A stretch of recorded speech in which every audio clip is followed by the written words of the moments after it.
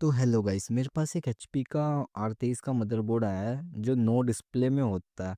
तो जब मैं इस मदरबोर्ड को ऑन करता हूँ तो ये 500 का लोड ले रहा होता है, पर मेरा मानना ये है कि कम से कम 1000-1200 का लोड लेना चाहिए जब ये बोर्ड ऑन होता है, लेकिन ये 500 का लोड लेता है।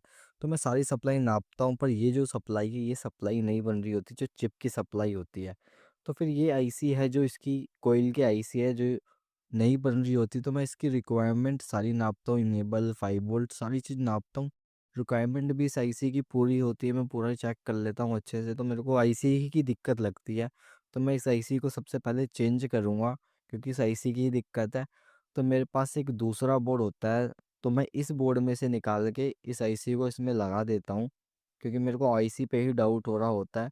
तो मैं जब इसके अंदर ये आईसी लगा देता हूँ, और ये फॉल्टी आईसी साइड में रखी हुई है इसकी मैंने, क्योंकि ये फॉल्टी है। और उसके बाद जब मैं इसको ऑन करता हूँ दोबारा, मैंने पावर स्विच बना रखा है एक अलग से, तो इसको ऑन करता हूँ तो देखो आप लोड में कितना फ़र्क है। पहले 500 का ले रहा था, अब देखो लोड सही हो गया और सप्लाई भी बनने लगी जिसकी आईसी मैंने चेंज करी है।